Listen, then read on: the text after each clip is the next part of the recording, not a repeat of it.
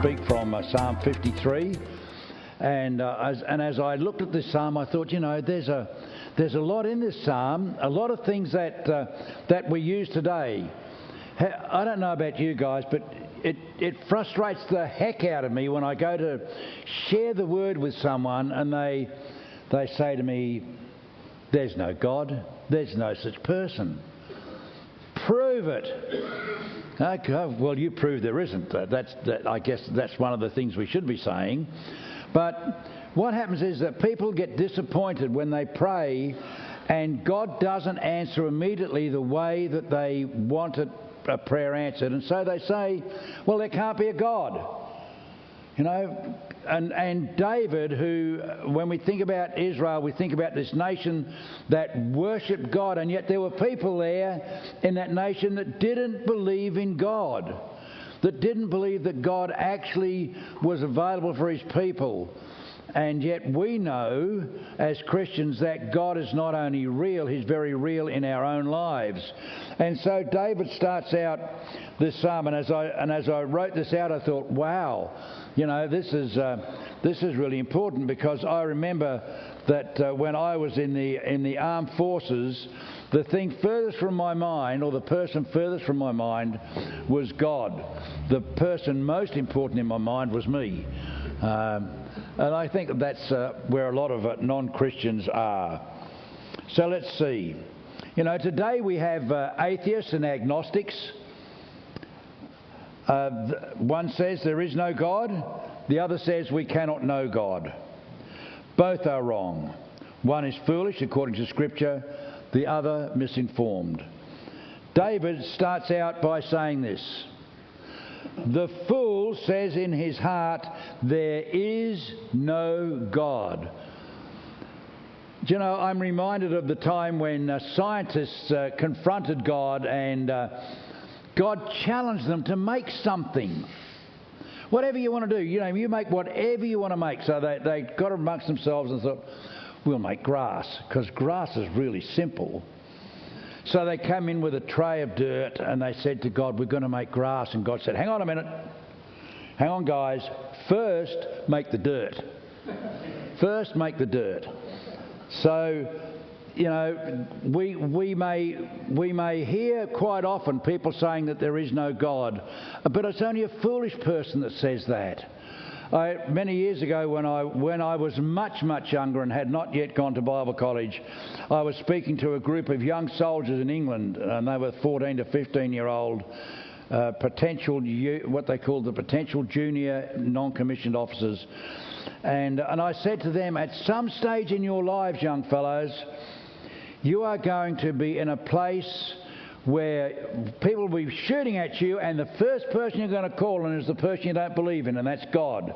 You better start believing in him now, because that way when you call on him, at least you'll have some basis of faith to call on him. But here is the reason why the fool says there is no God. They are corrupt. And a person who is corrupt, a person who is evil, does not want to believe in God, because they know that if they believe in God, then they're going to be held to account for their actions and their activities. And we see that everywhere we go today. You know, I'm absolutely amazed at the amount of corruption that is in the world. I'm amazed at the amount of stuff that goes on. I was sharing the other day, you know, I've been in Scouts for almost 65 years. When I was a new leader, I used to walk around with a sheath knife on my belt. No one thought I was going to be a danger to anyone. These days you walk around with a pocket knife in your pocket and they immediately think you're going to stab someone. And you read about stabbings and shootings and beatings, and I think, what's the world coming to? But God knows. God knows. God has it in control. They are corrupt and their ways are vile. You know, another way of saying that is, if you look at vile, what else does it spell? Their ways are evil. Their ways are evil. There is no one who does good. You know, I was listening the other day to one of our multi-millionaires, Gina Reinhardt, talking about how she had supported the Olympics and how she'd done this and how she'd done that.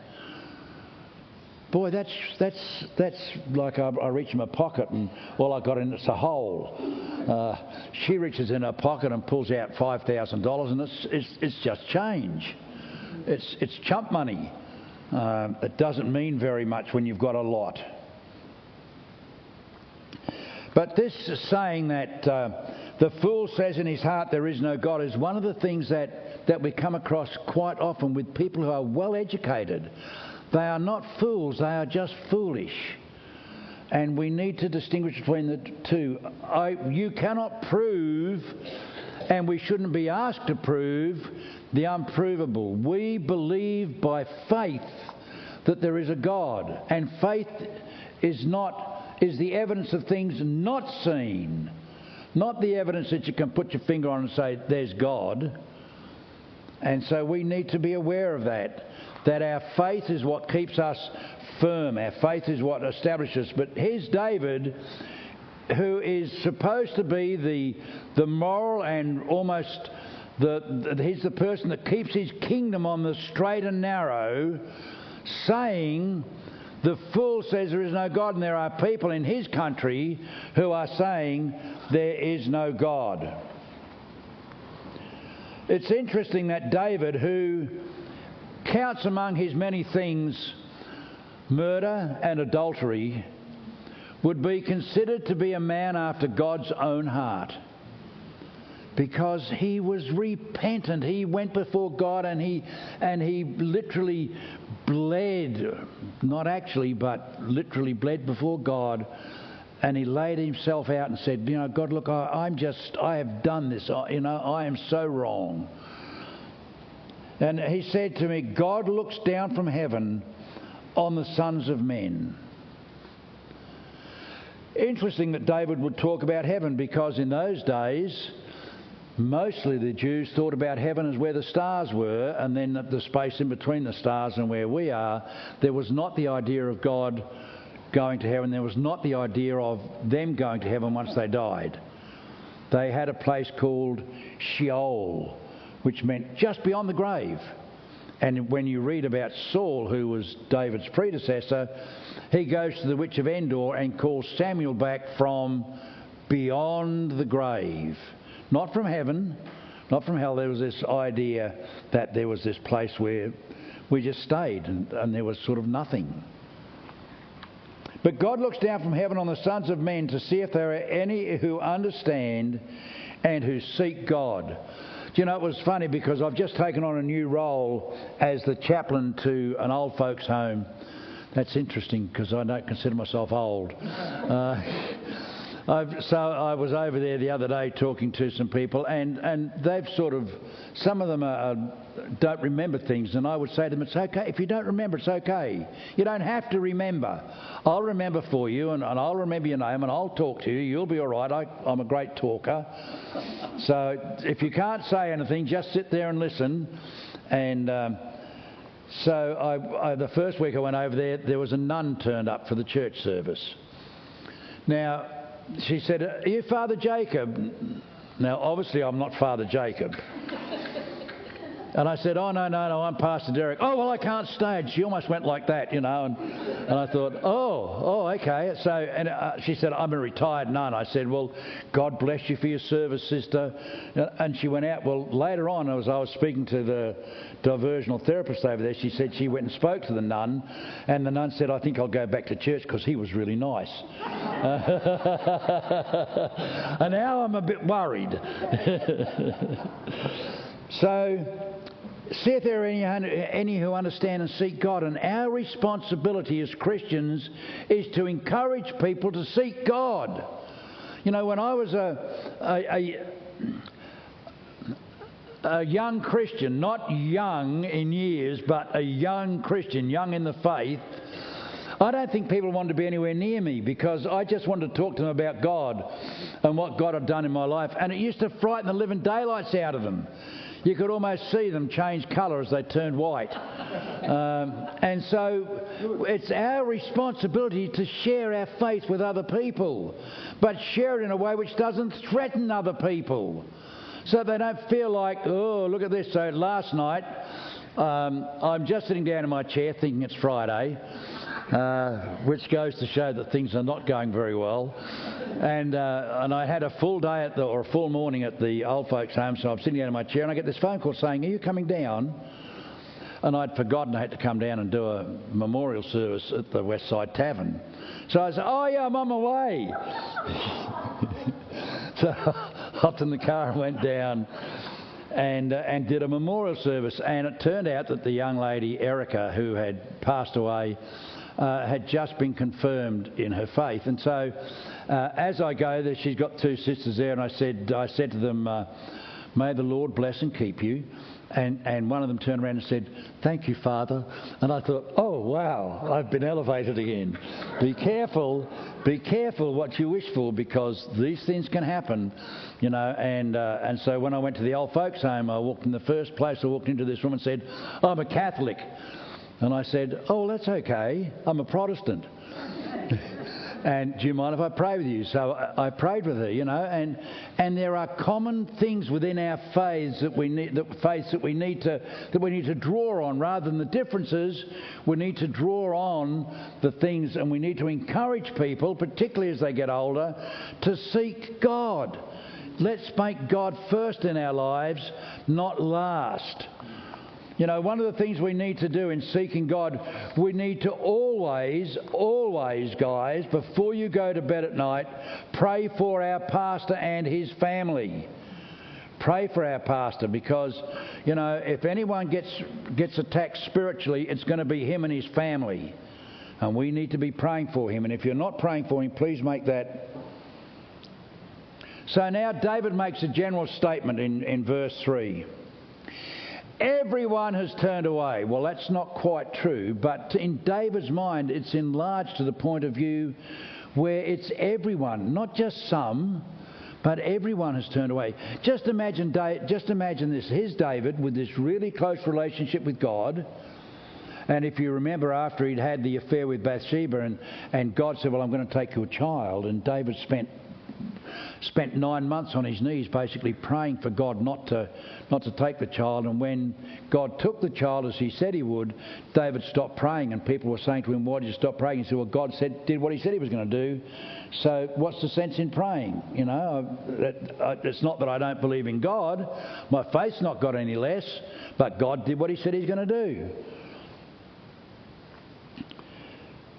Everyone has turned away. They have together become corrupt. And do you notice, and I notice that particularly in the American culture, and starting to come about in the Australian culture, that people who become corrupt form gangs. And those gangs are the ones that are offering violence. And I hate to say this, folks, but quite often it's built around nationalities, because we've isolated them rather than drawn them into our communities. When I was a young fellow, you could walk around and you go to what's now known as Chinatown, because it's where the Chinese lived. They didn't go into the community, they established their own little community, and you'd go to an Italian area, or a Kiwi area. You'd go to these different areas and you'd be able to tell the nationalities of the people. You'd go out the back of an Italian housing commission house, he'd have vegetables growing everywhere, you know, and they want to invite you in for a pasta dinner, and it was just lovely. But like groups tend to gather together, and so it is with people who are corrupt. That corrupt people tend to gather together, and it's important that we don't get sucked into that periphery of that corruption, because once we get into the periphery, it's like a whirlpool, and it sucks us back into the centre. And next thing you know, we're in big trouble. And David is seeing that amongst his people. There is no one who does good, not even one. Well, you know, that's been alleged at the church, that the church doesn't do much good these days. It just preaches things. It doesn't do anything. And we know that that's not true. But if you don't have any logical response, you seek for a response which makes you feel comfortable. David is saying here, there is no one who does good. David's doing good. Other people are undoubtedly doing good, but we don't see the good that people do. I think in Julius Caesar, the writer Shakespeare says, the good that men do is often interred with their bones. The evil lives after them. And it's true even today. As I was doing this memorial service yesterday, I was reminded that Erica was one of those gentle souls that didn't make big waves. She just moved gently through life and loved her family. 58 years old, and she died of cancer. But just a lovely, lovely person, and I remember her as one of those gentle spirits who always did good, who would do you a good turn rather than a bad deed. And it's been my experience in the church that generally people do you a good turn.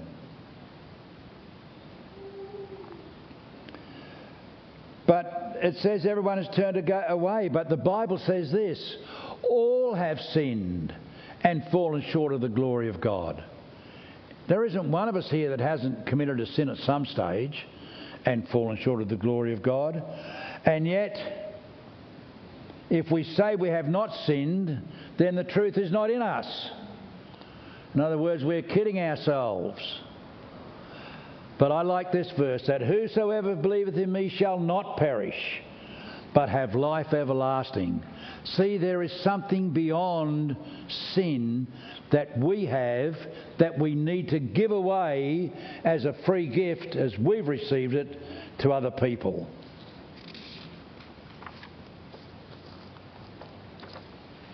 Will the evildoers never learn? Do you know, I don't know how often we've asked that question. Mind you, in this day and age, I'm a little surprised that the evildoers ever learn, because I was watching a program on TV the other day, and this guy had taken off on his motorbike at about 100 miles an hour down the Yorkshire countryside in England, and the police knew who he was. They went to him and they asked him, "No, not me. This is the only helmet I've got. This is the only motorbike I've got." They found him on CCTV and identified him, and the court refused to go with the charges because they felt they didn't have enough evidence. And yet he was clearly seen in those racing leathers.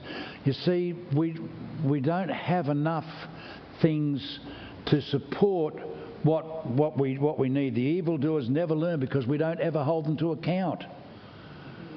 You know, I mean, murderers get held to account and other people, but what about our youth crime? I mean, it's almost rampant. And so they go to the court and the magistrate says, "Don't be a naughty boy again. Just don't do it, you know. I'm telling you, you know, if you do it again, I'm going to send you to jail." So they go back the next time and say, "I told you last time you were going to go to jail, but don't do it again." Slap on the wrist. Not good enough. Not good enough. Those who devour my people as men eat bread, and who do not call on God. I will guarantee that everyone in this room has at some stage called on God. I know Pastor John Smith has. When I first went to his church, I'm sure he said, "Oh, God help me." John and I go back a long, long way. He's a real brother in the spirit and in many ways closer than a brother, and I love him. So thank you, John, for bearing with me as I use you as an example. Do you know, in verse 5 it says, they were overwhelmed with dread. You know, we need to be fearful of God, but we should not be fearful of everything. And here's why.